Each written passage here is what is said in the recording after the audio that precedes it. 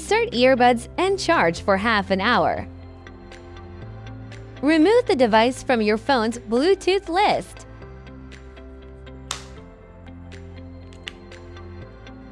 Press and hold the bottom button for more than 10 seconds.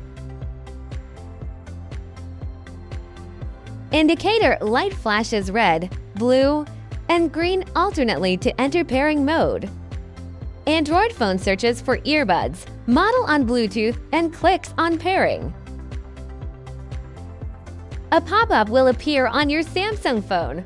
Just tap Pair. If pairing is not possible, or if there is, sound in one ear, you need to download the Samsung software.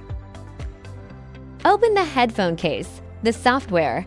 It will scan for Bluetooth and click to connect. If there is no pairing or only one headphone is connected, you can move it to another farther place, because old earphones can interfere with the earphones being paired.